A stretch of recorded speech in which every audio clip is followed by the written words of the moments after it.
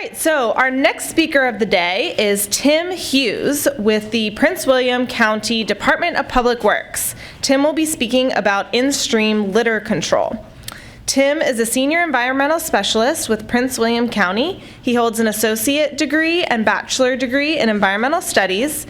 Tim has 25 years of experience promoting and implementing practices for watershed protection, including applying stormwater best management practices. Current projects involve monitoring and reducing the impact of marine debris and plastic pollution in local, urban, and suburban waterways. So, welcome, Tim.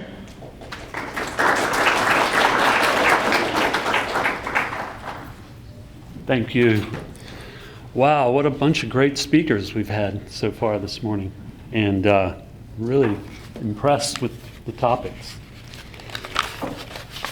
Yeah, so back there on the table, I deposited some of these plastic bottles. I see there's a few of you who've already grabbed a few. Good. Keep it plastic free in PWC. PWC is Prince William County.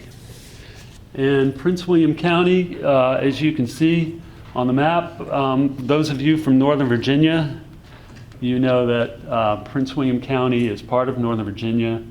We got Loudoun County to the north, Fairfax to the east, Fauquier County to the west, and Stafford to the south. We got about 13 miles of Potomac River shoreline. So we are depositing stormwater runoff directly into the Potomac River as well. So we want to protect the river and our watersheds. You can see there, I've listed the watersheds in Prince William County. We got Bull Run, Broad Run, Occoquan River, very important watershed, Neabsco Creek, Cedar Run, but Neabsco and a little one there called Marumsco and Occoquan are probably the ones that we have the greatest focus on. I gotta use the clicker here. All right. So for our program, it all started with a robust public awareness program. And it's all about your volunteers. It's all about getting a program in place. We worked in partnership with Soil and Water Conservation District. She's our coordinator over there, Veronica Tangeri, and she's featured in our picture right there as well. So we partnered with Prince William Soil and Water Conservation District. It's been a very successful program. Everything from MS4 floatable monitoring, if you're familiar with MS4 permits, and data collection is so important there. The countywide volunteer Adopt a Waterway program is very popular, and we studied local watersheds most impacted by litter. The watersheds most impacted by litter are Neabsco and Marumsco Creek's watersheds. Now that's Neabsco, not Nabisco, okay? And I loved Nabisco products when I was growing up, cookies and crackers. But it is Neabsco, not Nabisco. Okay. It is a Native American term. Several Native American terms. We've got Neabsco, Occoquan, Marumsco. I don't know their definitions, but they're pretty much the local Native American tribes of the 17th century. So we have 10 years of trash data. And from that data, we like to ask, okay, what the heck causes litter to flow into our local waterways? How does it happen? What is it? Well, mostly floatable plastic and foam polystyrene is what we're finding. And where is it? Mostly watersheds developed before stormwater BMPs. Because Dale City and Woodbridge were developed in the 70s, pre-stormwater BMP practices, a lot of their curb and gutter storm drain inlets flow directly to a receiving stream. So there's no buffer, there's no stormwater pond, there's no stormwater BMP to intercept the trash. So what happens is it flows directly to, now we find that stormwater BMPs contain a significant amount of trash within their basins. So why is it? It flows directly to the receiving waterways, but how is it? Well, it's correlated between the volume of stormwater runoff in any given storm and the amount of litter that we receive into the waterways. So a little bit about, not Nabisco, but Neabsco. The 10,000 acre drainage area. It includes, whoops, excuse me. It includes Dale City and Woodbridge. Route 1 I-95 corridor runs right through it. So you can imagine the density of population. And I did meant to say that Prince William County is the second most populated county in the state of Virginia, next to Fairfax. So our density of population, just in Dale City and Woodbridge alone, gives you an idea. And that is an older developed areas, generally speaking. So the Neabsco estuary, we've had annual spring cleanups every year for over 10 years now. From 2010 to 2020, you can see the number of volunteers, the miles cleaned up, the amount of trash, some almost 35 ton in those 10 years alone, and the total number of tires. The total number of tires is part of the tonnage of trash. So it impacts the Neabsco estuary, the Potomac River, Chesapeake Bay, and beyond. So 10 years of data from our springtime cleanups. Volunteers want to know, what are you doing to make a difference here? Are we just going to do this year after year, cleanups? The definition of insanity is doing the same thing over and over and over again and expecting a different result. So we want to keep our volunteers happy, and to do so, we explore and propose local solutions. And one of our first steps was to study the Maryland and DC Bandalong trash traps, in-stream, in-waterway trash traps.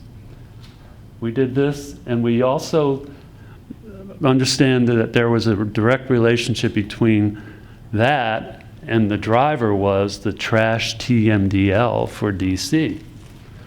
So we learned from our visits to Maryland and DC. Trey Sherrard, he's the Bandalong guru for DC. He's great. He gave us a tour of their DC Bandalongs. It was a great visit. And it was an eye-opener because they've done other things too. They've got a plastic bag fee. They've got the polystyrene ban in place, and good for them. So the criteria for the in-stream trash trap, we, as noted, we studied the most impacted watersheds that are impacted by litter. And the Neabsco Regional Park, which we clean up every spring, we thought, well, that should be a pretty good site for an in-stream litter trap. So we found a really good site. So the most suitable site for an in-stream trash trap is upstream of the impacted area, that is the estuary, on public land with good access. Prepared site plan and project plan. So here it kind of gives you an idea. This was our site plan with the Bandalong in-stream trash trap. And that's the actual installation on the day of the ribbon cutting. It's a good size Bandalong, model 920. It's mid-sized. It's not your small size Bandalong. And it's appropriately sized for that watershed and for that contributing drainage area of 10,000 acres. So we got lucky. We found a corporate sponsor right at the time we were considering doing this project. And Micron Corporation is a memory chip maker, and they have a new plant in Manassas, Virginia. And they just so happen to be looking for a partner in doing water restoration projects.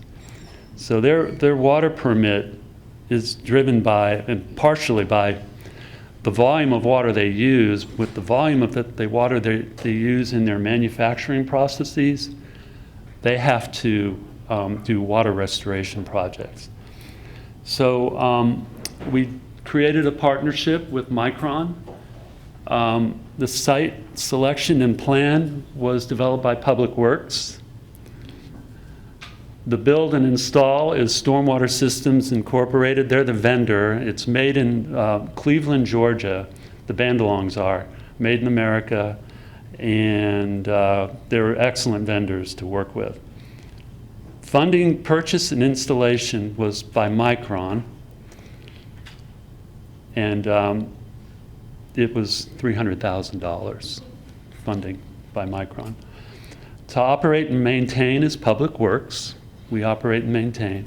And we report the trash data and stream storm flow. So one of the unique things here with working with Micron, we had to figure out a way. Now, Micron had to figure out a way to get credits for this water restoration project. And they said, we need to measure stream flow. We need to measure daily stream flow. And we thought, oh, well, we happen to have a stream flow meter upstream. Can we work with that? And they said, yeah. So we did a proportion analysis of where it was located upstream, the flow meter, and compared it down where the Bandalong site is. And we determined where the flow meter was about 40% of the watershed. So they get credit during the storm flow, and the proportion of trash collected, they will get credit for that water. They get water credits. So what we're finding is that the greatest amount of litter collected is during greater than 1 inch storm events, and mostly collected from torrential rain, big first flushes from torrential rain. And it just flushes that stuff down from the curb drain inlets, down the drain pipes to the receiving stream. So we got some data. We've only had the Bandalong in place since November. And you can see this, we started up with as-needed cleanouts. Now we're implementing weekly cleanouts. And we're getting down to the minutia of data. The top 3 items: foam retail pieces, convenient and fast food carry-out containers. That's number 1 so far. Number 2 is foam packaging pieces from retail stores in Amazon and FedEx. And we've just in the last 6 weeks or so did we differentiate between retail packaging and carry-out restaurant packaging, foam packaging. We thought that was important to try to differentiate between the two. And then third on the list, and the one always most obvious when you look at stream cleanups, are the bottles, single-use plastic bottles. They're the most obvious. But when you get down into the minutia of it all, it's foam pieces. And that leads to the microplastic problem that we're seeing. So There's some examples. These are just typical samples. When we go into the band-along and we do our clean-outs, this is what we're seeing. This is the foam pieces just breaking down by the time it gets to the band-along. And here's a collection of some of the foam pieces. These are just typical samples.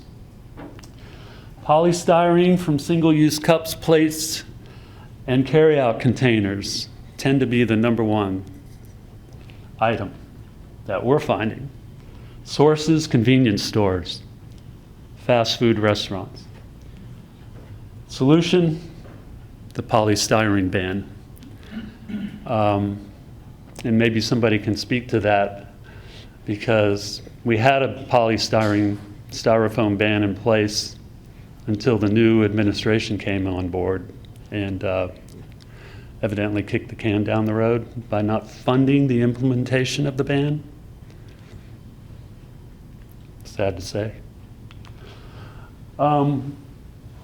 What does it also tell us? We started separating out, the packaging. So we're finding lots of little beads. So you see the little packaging beads? It's just too many to count. We just started like, okay, we'll give you a rough idea. Here's 1,000, boom, put it in the bag. But there's so many of these beads sometimes. And we're trying to understand, we've just begun to research, is it just retail packaging? Or is there something else going on? Is it just Amazon? Is it just, Best Buy and Target and Walmart? Well, I spoke to an expert of this issue recently, and she said, on-site home construction. She suggested we look into that. And when you talk about on-site home construction, well, we have on-site inspectors. And maybe, I think my next step is I'm going to have a chat with some of our erosion and sediment control inspectors and say, oh, are you seeing styrofoam waste on the construction site? I'm thinking of doing that. So, but another solution with the ban is, they got to find a substitute. They got to find a substitute for this, right, in their packaging. What about good old cardboard and paper?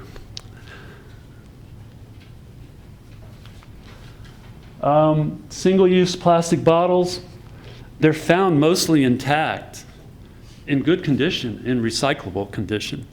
So we're taking those recently washed down plastic bottles and all and recycling them. The mostly 12 and 16 ounce water bottles and Pepsi bottles and, soft drinks. But the best solution is being done in states like New York, Rhode Island, Connecticut, Maine, Michigan, Washington State, Oregon, California. They all have bottle bills, and they all reduce this kind of single-use plastic bottles at the source. The bottle deposit laws give the consumer incentive to return the bottles. I don't know why that's so hard for us to figure out in DC, DC, Maryland, and Virginia, but it would be great if we got together as a region and got a bottle bill.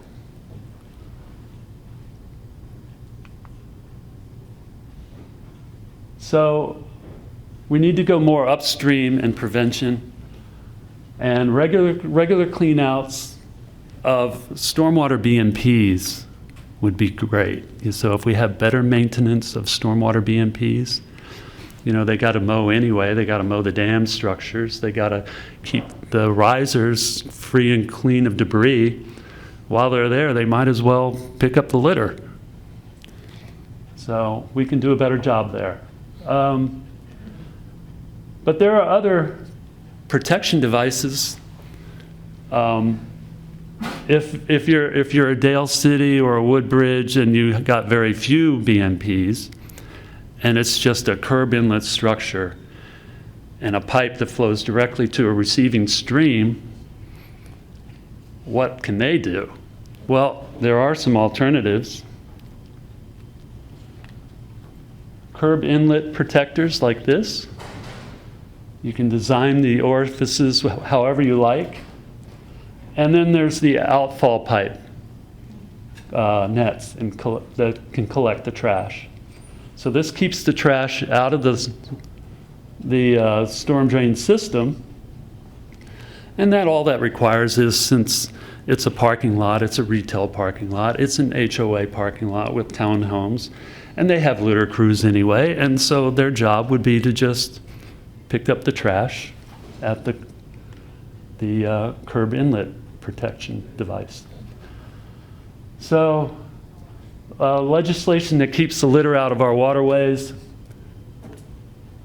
the ban and restrict the use of foam, bottle deposit laws. So it's time for me to wrap it up. So if your community, if your jurisdiction wants to do something above and beyond just doing volunteer cleanouts, take that data, take that floatable monitoring data, find the watersheds that are most impacted in your local area, your local watersheds. And you're going to find foam and plastic bottles to be the biggest problem. And taking action to reduce trash in our local waterways, enforce clean-out maintenance of stormwater BMPs, consider BMPs that control and prevent in-stream trash, consider laws that prevent in-stream trash, foam bans, bottle bills, trash TMDL. Trash TMDLs work for DC. How about it, Virginia? Okay, so we opened up our band along.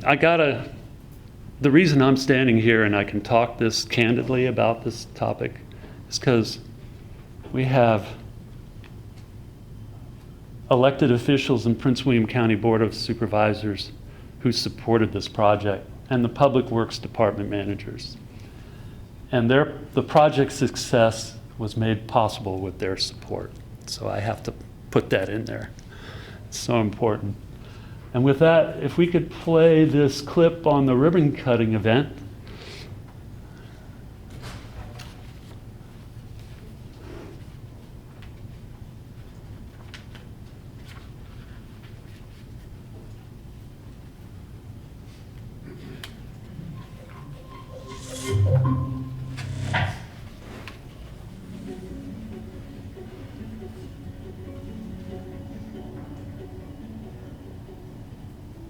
Welcome you to this dedication of our first band-along litter collection facility in the county. We're really excited about this.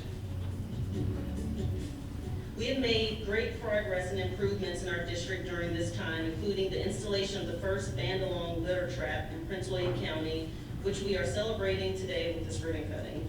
This band-along litter trap will help prevent substantial amounts of floating litter and debris in the Neabsco Creek from reaching the Neabsco Boardwalk, the Potomac River, the Chesapeake Bay, and many other areas beyond.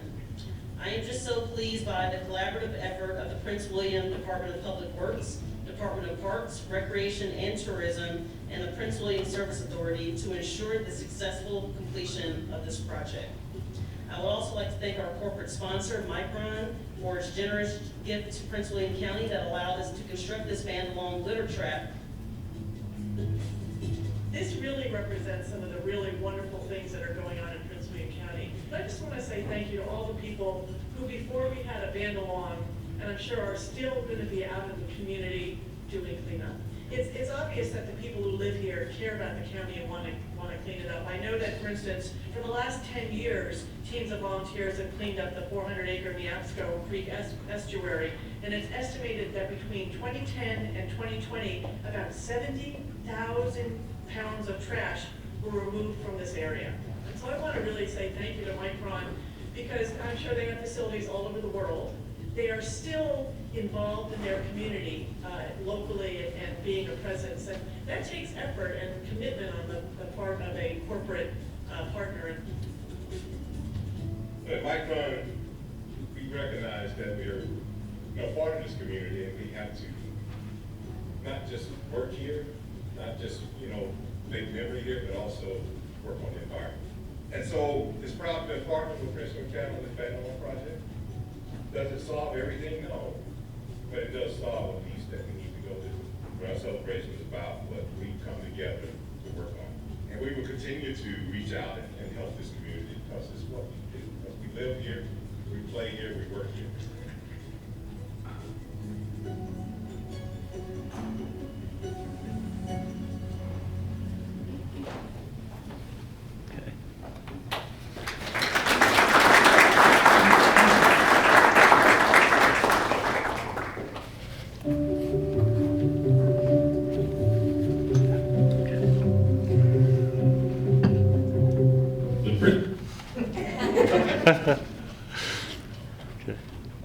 We're good for questions? Yeah, we're good for questions. All right. Does anybody have How much- questions for Tim? Yes.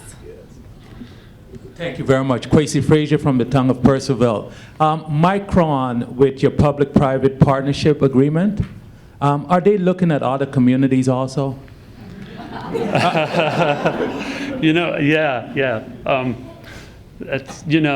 They're already looking at a second and a third Bandalong in the county. So if we get a second and a third one, maybe I can get them to say, hey, check out Purcellville and Fairfax. Okay. No, that Purcellville is in, Northern Virginia, Loudoun County. oh, it's in Loudon, I'm sorry. It is in Loudoun County. Yeah. So we have over 1,200 acres of watershed property and a lot of streams that over the years have not been well maintained, so to speak. Right. So if we can get a partnership like that, I don't know if the trash component of it, but so do we work with you to?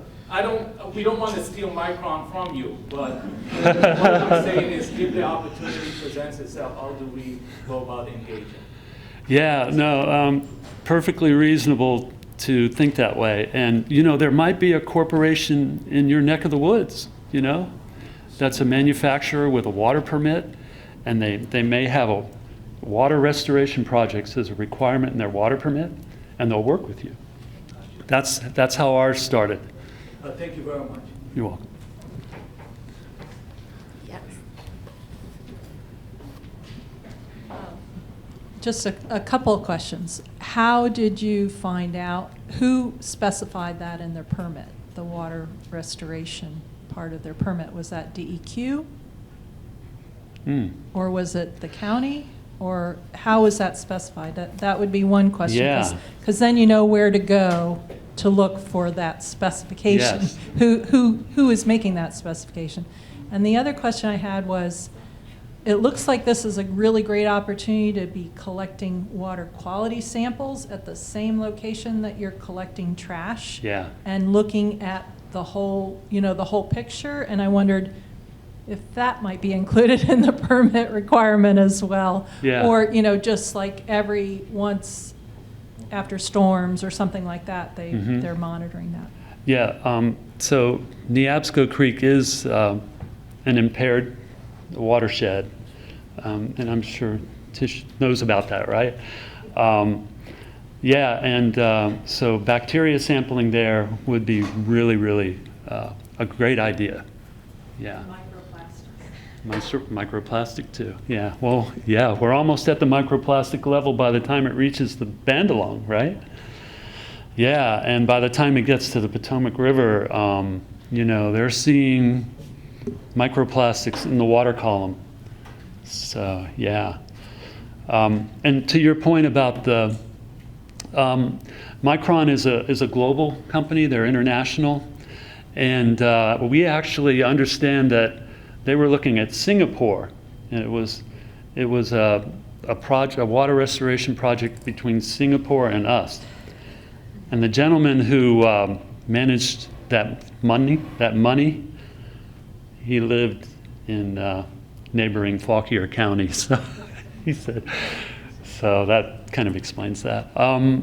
But yeah, there are water permit requirements.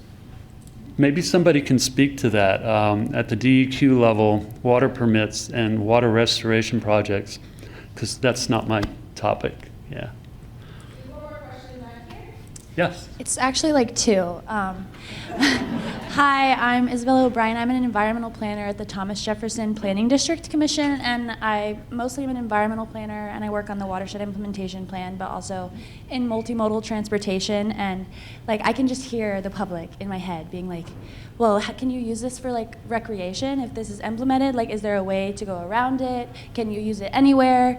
And I also wanted to know if you knew like how much it has collected, because that would be cool to know. Yeah. How much we've collected so far? Yeah. Oh, okay. Let me go back to that data slide. So we've collected, some over 15,000 pieces of trash and we've been, operating since November. So, well, we're looking at roughly 7-8 months of trash collection. And we definitely find a correlation between trash collected and the storm events, no doubt about that. So we had a lot of storms there in some really good torrential rains, and you can see in this time frame, and that's when we started collecting a lot. And what was your other question? How does it affect recreation? How does it affect recreation? Oh.